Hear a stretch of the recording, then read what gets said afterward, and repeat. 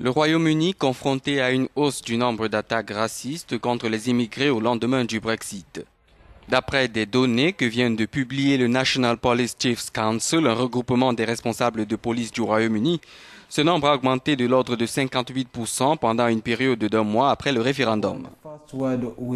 Ils nous ont dit « Vous n'êtes pas les bienvenus dans ce quartier et vous n'êtes pas de cette communauté. Allez-vous-en ». Ils étaient pourtant censés nous dire « Bonjour, comment allez-vous »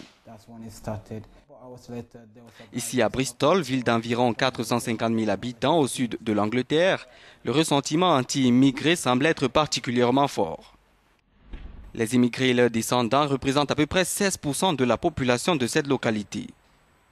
C'est en restant dans une zone british à prédominance blanche que l'on est contraint de vivre les tensions. Quand ils voient ces différences, ils éprouvent de la haine.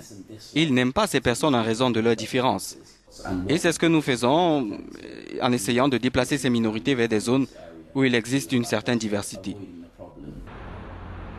Cette poussée de haine avait été prédite par plusieurs analystes qui avaient envisagé un racisme post-référendum, symbolisant la colère des Britanniques contre les difficultés économiques.